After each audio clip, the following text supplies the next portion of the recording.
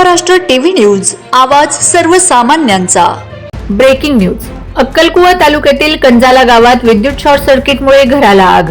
टेडग्या रेद्या वळवी आणि पोहल्या रेद्या वळवी 4 घरं जळून खाक झाली। 4ही घरं एकाच लाईन मध्ये होती आणि 4ही घरं कुडाची कौलारी घरं असल्याने विद्युत शॉर्ट सर्किटमुळे जळालेत। आज दोन्ही भावांचे कुटुंब उघड्यावर आलेले आहेत।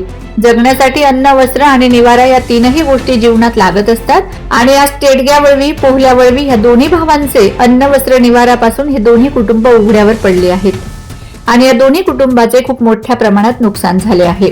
वंदे महाराष्ट्र टीव्ही मीडिया प्रतिनिधी राजेंद्र वसावे, अक्कलकुवा।